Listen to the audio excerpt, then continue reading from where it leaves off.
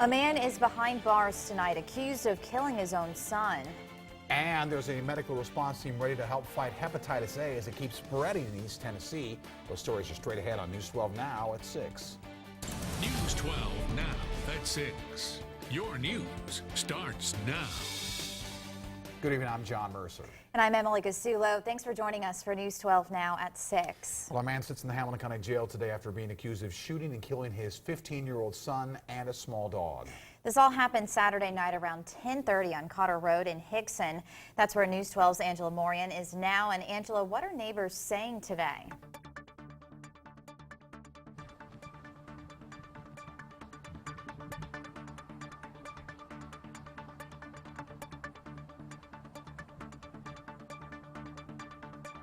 Naked and covered in blood, police say 46-year-old Michael McElrath walked down the street to his neighbor's porch, urging them to call police. He said he had shot his son.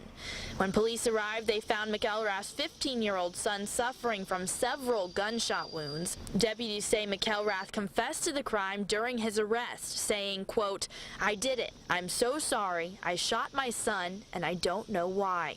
His son had just begun his sophomore year at Hickson High School, according to Hamilton County Schools. This is a student that other students gravitated toward. They discuss how smart he is. He's an honor student. They talked about how well liked he was, how very easygoing he was. The school system had special counselors on campus Monday to assist wherever needed. Whenever we lose staff member or student, it's always a loss to us because, you know, we're a family. So I think we all, as a district, you know, it hurts our heart. So it's not just this school, it affects us all. Now, that was Angela Morian reporting. Now, according to the arrest report, McElrath's wife told police that he choked and shot the family's small dog as well. He is currently being held on a $1 million bond. Chattanooga police are investigating a shooting from over the weekend. It happened on the 4700 block of Murray Lake Lane early Sunday morning. Officers say they found Gary Douglas suffering from a non-life-threatening gunshot wound. They say Dwayne Stanley had been kicking at the doors of the home trying to get inside.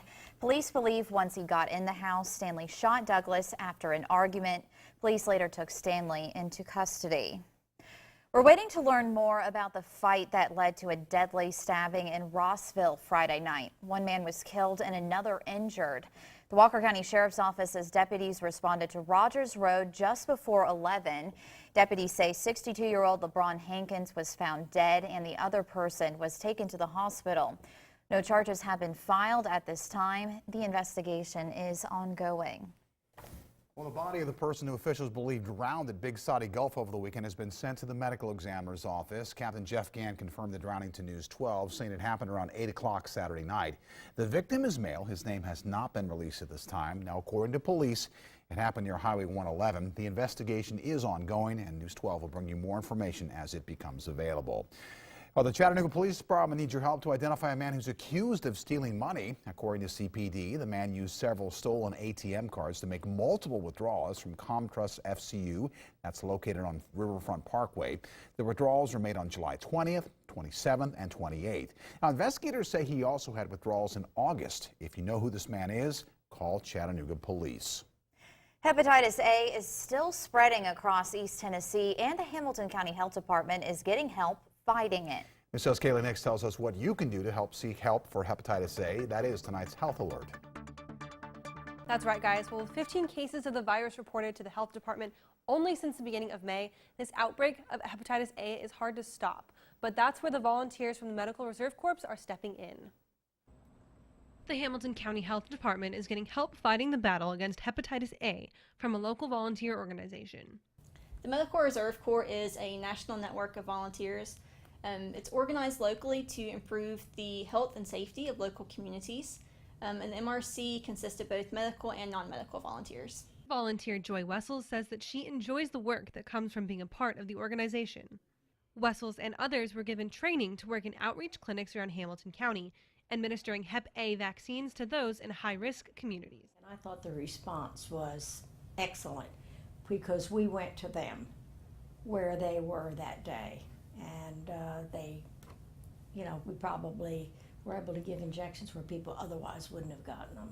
The network of MRC volunteers is large, and volunteer coordinators expect the number of volunteers needed to keep growing as the outbreak continues. Our MRC unit consists of about 475 volunteers, both medical and non-medical. For this outbreak, we've used about 15 volunteers so far. However, we are expecting to be hosting more vaccination clinics where we can use more volunteers. And while the Hep A response is the current focus of the MRC, they want people to know that that is not their only mission.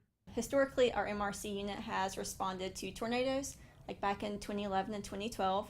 We've also assisted with flu clinics, but we are really wanting to prepare our volunteers for any types of emergencies that could occur here. If you want to volunteer with the MRC, you can go to their website, mrc.hhs.gov. Reporting live in the digital studio, Kaylee Nix, News 12 Now.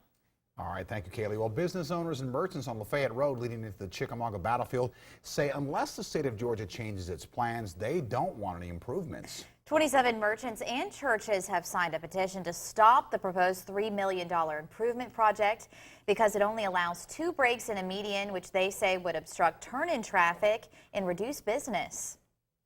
We decided unanimously that we'd rather just not get the grant as to do it that way, if indeed it was true that no changes could be done. As it turns out, the city has approached the GDOT and asked them and submitted some modifications, and the GDOT in turn started asking some questions which would indicate it's not etched in stone. No word on when the next meeting will be held. The Phil Bredesen campaign has accepted an invitation to debate Marsha Blackburn in Chattanooga. The Chattanooga Times-Free Press would host the debate at the Tivoli Theater on October 1st at 7 o'clock that night. Republican Marsha Blackburn has not accepted at this point. The U.S. Senate race could be the most competitive race in Tennessee in November. Democrat Phil Bredesen says Southeast Tennessee deserves a debate that brings attention to the issues that matter most to those communities. Now, from the EPB Fiber Optics Weather Center, your Storm Team 12 24-hour forecast.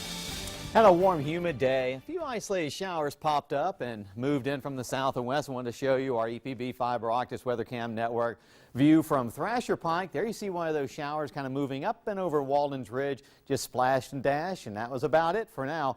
But still, I think there'll be a few more of these showers and thunderstorms try to move in through the evening hours. Notice they're trying to get going with the heating of the day, a little sunshine, but it's not overly warm, so that's good news. You widen out that shot and you see a line of showers and thunderstorms from just south of McMinnville, just a stone's throw from Huntsville. So we'll continue to watch that through the late evening and early nighttime hours. Temperatures warm but not hot. We'll take it. 85 right now, 84 around Fort O. As our futurecast shows, spotty showers and thunder showers moving on through. So as we head through the nighttime, can't rule out an isolated shower or storm as most of these temperatures will drop back into the lower to middle 70s after midnight. Sportsman's forecaster only fair for tomorrow. Lunar phase just not that good right now for feeding. Best time to get out between about 9:15 and 11:15 in the morning.